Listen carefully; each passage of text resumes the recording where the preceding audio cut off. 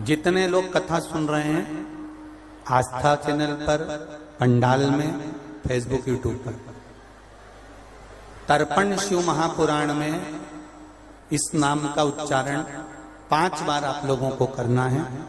ये स्वधा दक्ष प्रजापति की बेटी है और पितरों की धर्म पत्नी है। इस पितरों की धर्म पत्नी स्वधा का नाम लेने से अगर हमने कंडा, गोबरी, गाय का जो गोबर होता है कंडा, उसको जलाकर अगर धूप नहीं दी हो या किसी ब्राह्मण को भोजन आदि नहीं कराया हो या तिलांजलि तर्पण नहीं करा हो, पिंड नहीं दिया हो या श्राद्ध पक्ष में किसी को कोई दान ना करा हो तो उसका दोष ना लगे, उसके लिए तर्पण शिव महापुराण में पितरों की धर्म पत्नी स्वधा का नाम का स्मरण आप और हमको साथ में करना। सभी लोग एक साथ में बोलेंगे, स्वधा स्वधा स्वधा स्वधा स्वधा। बस ये 5 बार जो उच्चारण आपने पितरों की धर्मपत्नी स्वधा का करा है, जिस समय पर पितृलोक से आर्यमा देव के साथ में हमारे यहां पर आते हैं।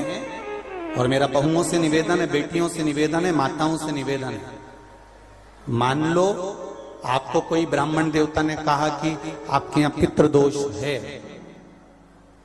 आपको कह दिया कि पितृदोष है, तो आपको घबराना नहीं है कि महाराज जी मुझे क्या करना पड़ेगा। पितृदोष है, एक चावल का दाना घर में से लीजिए, हथेली पर रखिए, पानी का जो मटका होता है, हंडा होता है, पानी का जो मटका है, हंडा है, जहां पर रसोई घर में तुम पानी रखते हो, उस हंडे के पास में, मटके के पास में उस चावल के दाने को लेकर जाइए, अपने पितरों का स्मरण कर कर स्वधा स्वधा स्वधा स्वधा स्वधा 5 बार बोलकर शंकर भगवान के शिवलिंग पर, तुम्हारे घर में शिवलिंग हो तो घर में, और अगर मंदिर में शिवलिंग हो तो मंदिर में, उस चावल के दाने को चढ़ा दीजिए।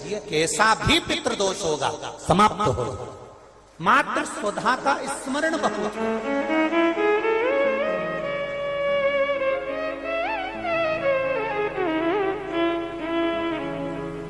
हम तो उनसे भी कहेंगे जिनका बार बार एक्सीडेंट होता है, जो बार बार गिरते पड़ते रहते हो, बार बार एक्सीडेंट होता हो, बार बार उनको चोट लगती हो, बार बार, और उनको भी कहेंगे जिनको सर्दी की बीमारी या दमे की बीमारी या श्वास की बीमारी, उनसे भी कहेंगे कि श्राद्ध पक्ष में एक चावल के दाने का प्रयोग स्वधा नाम से अवश्य करें। चलने में दम नहीं भराएगी, श्वास नहीं भराएगी। और दूसरा, जो सर्दी का जिसको कोटा होता है, बार बार सर्दी हो जाती है, निमोनिया हो जाता है, कफ बना रहता है, उनके लिए भी स्वधा नाम का स्मरण। महाराज स्वधा नाम का स्मरण ने हाथ देखकर कह दिया कि तेरी किस्मत में ये सुख नहीं है। अगर पितृपक्ष में, पितृपक्ष के अंतर्गत यदि शिवजी के मंदिर में जाकर 1 लोटा जल, 3 चावल के दाने, 3 बेलपत्र पितरों का स्मरण कर कर स्वधा स्वधा स्वधा स्वधा कर कर पितरों के हेतु भी अगर समर्पित कर दो तो शिव उसको स्वीकार कर कर स्वधा पितरों से कहकर कल्याण कर देती, दुख समाप्त हो, कष्ट मिट जाता। स्वधा, जब हम स्वधा स्वधा स्वधा कहते हैं, अगर आप पितृपक्ष में, श्राद्ध पक्ष में कोई ब्राह्मण भोजन करा रहे हो, गौ माता को श्राद्ध पक्ष में रोटी दे रहे हो, स्वान को रोटी दे रहे हो, कागल को निकाल रहे हो, कौवे को रोटी दे रहे हो, स्वधा का स्मरण सुख देता। इसे कह दे कि तेरे शरीर में ये रोग हो गया, कोई ने कहा बड़ा रोग हो गया, कोई ने कहा कैंसर जैसा रोग हो गया, कोई ने कहा किडनी बेकार हो गई, कोई ने कहा थायराइड हो गया, कोई ने कहा चर्म रोग हो गया, कोई ने कहा ये हो गया, कोई ने कहा शरीर में, कोई ने कहा पत्रिका देखकर ज्योतिषी ने कहा तुम्हारा ग्रह बेकार चल रहा है, तुम्हारे ग्रह पूरे तरह से बेकार हो गए। कोई कहे कुंभ राशि बेकार हो गई, कोई ने कहा ये राशि बेकार हो गई, कोई ने कहा वो राशि बेकार, कोई ने हाथ देखकर कह दिया कि तेरी किस्मत में ये सुख नहीं है। अगर पितृपक्ष में, पितृपक्ष के अंतर्गत यदि शिवजी के मंदिर में जाकर 1 लोटा जल, 3 चावल के दाने, 3 बेलपत्र पितरों का स्मरण कर कर स्वधा स्वधा स्वधा स्वधा कहकर पितरों के हेतु भी अगर समर्पित कर दो तो शिव उसको स्वीकार कर कर स्वधा पितरों से कहकर कल्याण कर देती, दुख समाप्त हो जाता, कष्ट मिट जाता। स्वधा स्वधा स्वधा स्वधा बोल लेने से भी पितृ तृप्त हो जाता। पितृ कितना सुंदर कहा है महाराज। यदि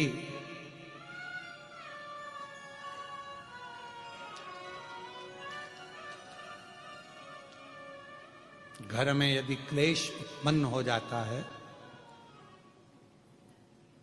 आपका धन, आपकी प्रॉपर्टी, आपकी जमीन, आपका प्लाट, आपका दुकान, आपका पैसा यदि किसी ने कब्जा कर लिया और छोड़ नहीं रहा, प्रत्येक अमावस्या के दिन पीपल के वृक्ष के नीचे जाकर 2 दीप लगाइए घी के।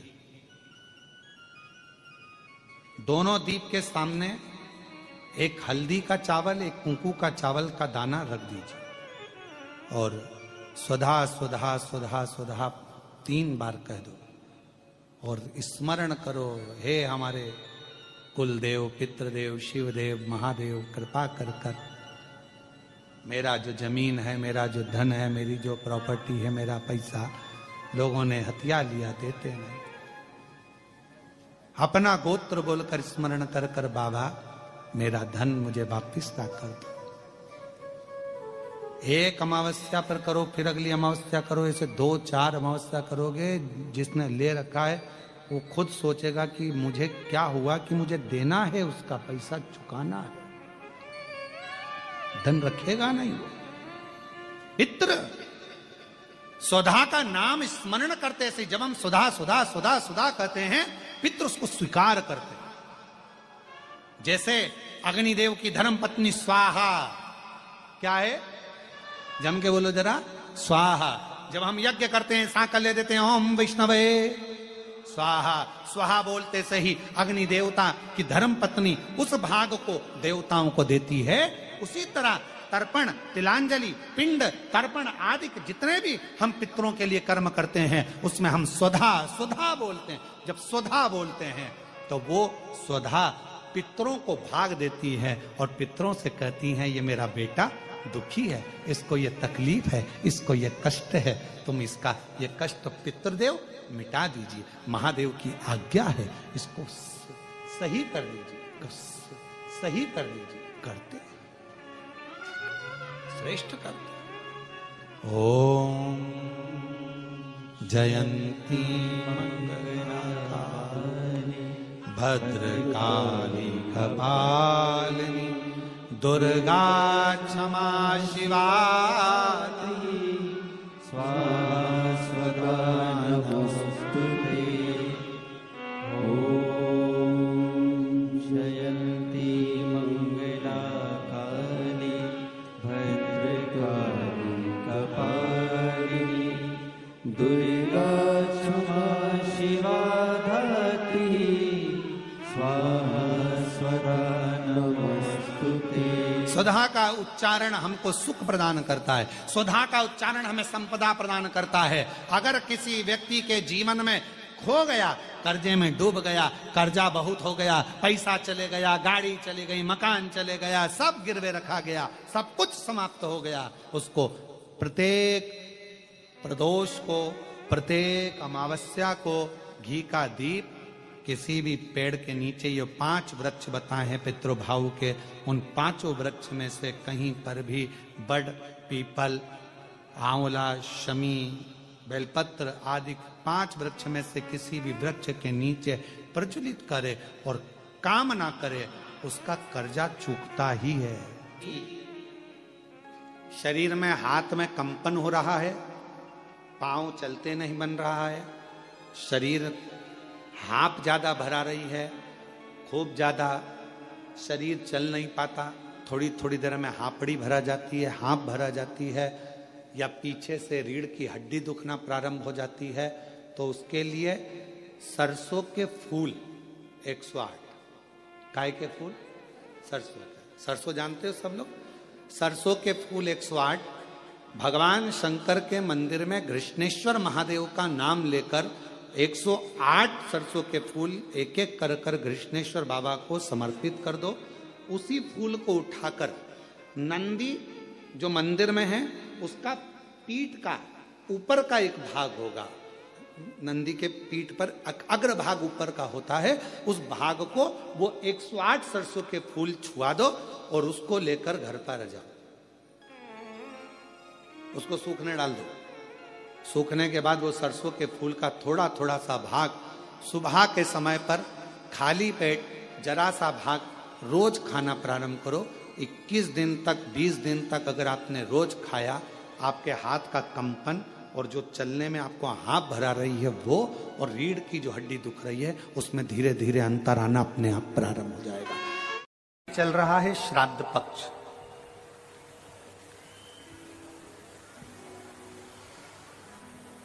श्राद्ध का मतलब है श्रद्धा।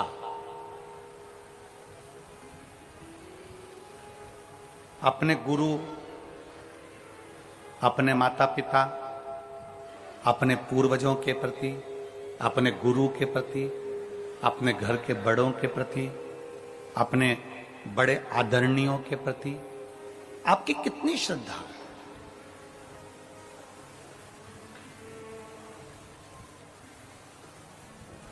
दुनिया के लोग कहते हैं कि अगर हम पितरों का स्मरण ना करें तो हमारे पितर रुष्ट हो जाते हैं। हम अपने पितरों का भजन ना करें तो हमारे पितर रुष्ट हो जाते हैं। परशु महापुराण की कथा कहती है, कोई ने कहा कि नखून मत काटना, पितर रुष्ट हो जाएंगे। कोई ने कहा महिलाएं ज्यादा श्रृंगार मत करना, पितर रुष्ट हो जाएंगे। कोई ने कह दिया नया साड़ी मत लेना, नया वस्त्र मत लेना, पितर रुष्ट हो जाएंगे। पहले आप और हम समझें कि पितृपक्ष को हम समझें। किसी ने कहा नखून मत काटना, किसी ने कहा नया कपड़ा मत लेना, पितृपक्ष में 16 दिन नए कपड़े नहीं लेना चाहिए। कोई कहे ये नहीं करना चाहिए, कोई कहे मकान का मुहूर्त, कोई कहे ये मुहूर्त, कोई कहे वो मुहूर्त, कोई कहे अच्छा काम करने के लिए मत जाओ, अच्छा मंगल कार्य के लिए आगे मत बढ़ो। शिव महापुराण की कथा कहती है कि पितृ बुरे नहीं होते हैं।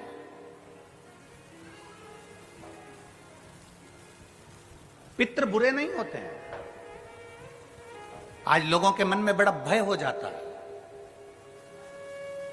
व्हाट्सएप खोलो, फेसबुक खोलो तो ब्राह्मणों के लिए लोग कमेंट्स करना प्रारंभ कर देते हैं कि अब श्राद्ध पक्ष चालू हो गया, ब्राह्मण जीमने के लिए जाएंगे। कोई ब्राह्मण की तुलना कौवे से कर देता है, कोई कुछ कह देता है, कोई कुछ कह देता है। ना,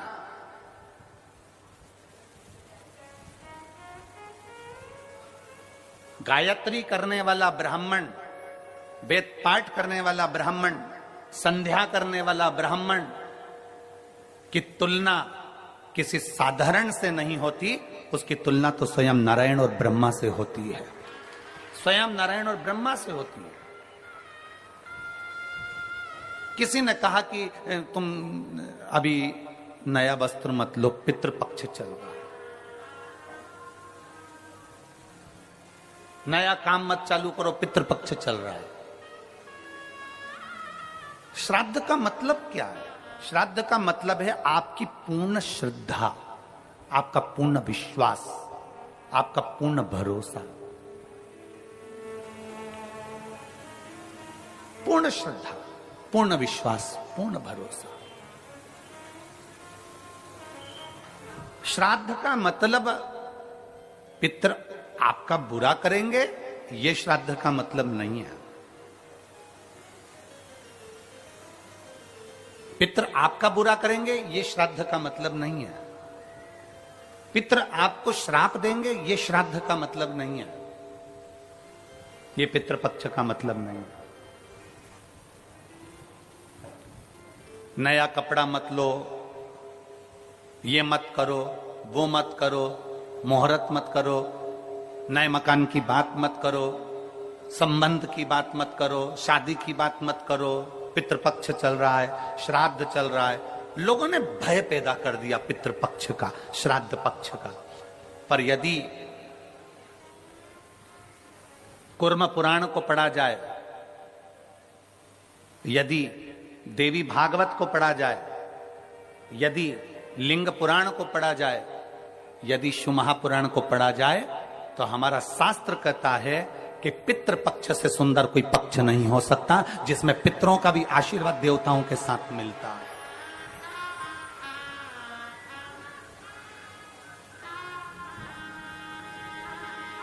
पितरों का भी वर हमें प्राप्त होता है।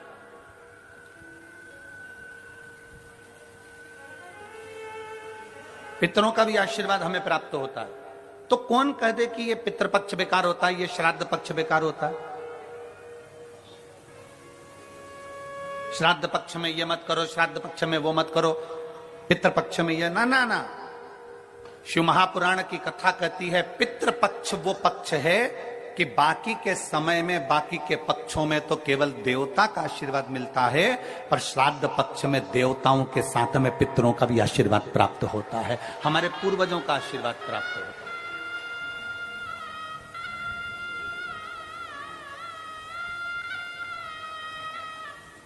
श्राद्ध का मतलब है श्रद्धा।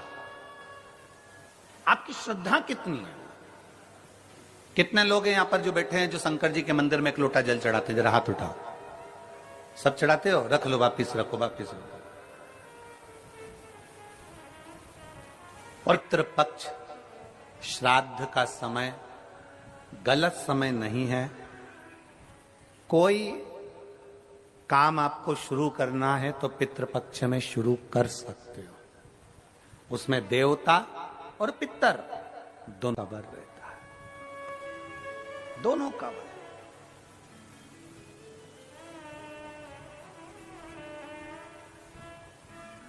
कितना देते हैं शिव? शिव महापुराण में कथा आती है पितरों की 3 बेटियां, मैना, धन्या, कला।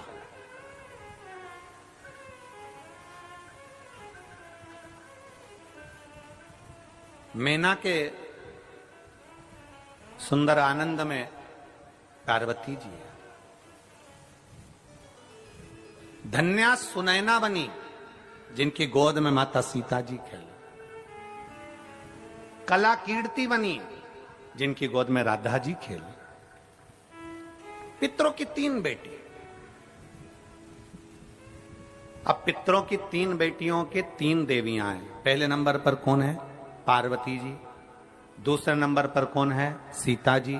और तीसरे नंबर पर कौन है? जम के बोलो जरा, राधा जी। ये पितरों की बेटियों की बेटियां हैं।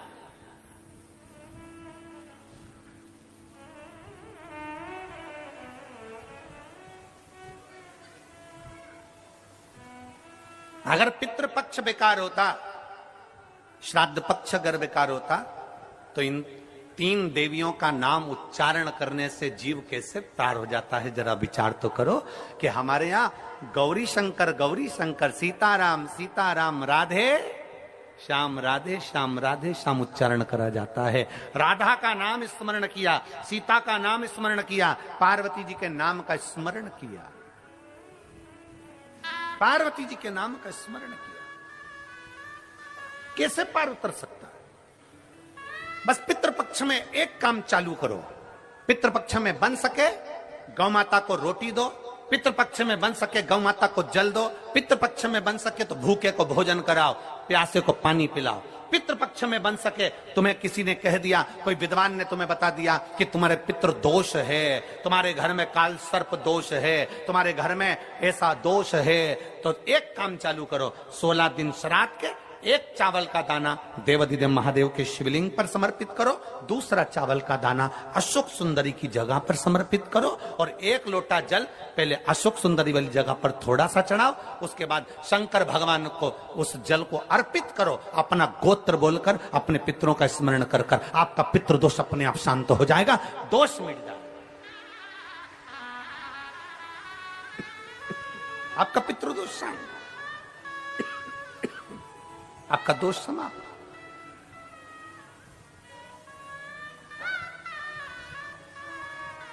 एक चावल का दाना शिवलिंग के ऊपर, एक चावल का दाना अशोक सुंदरी।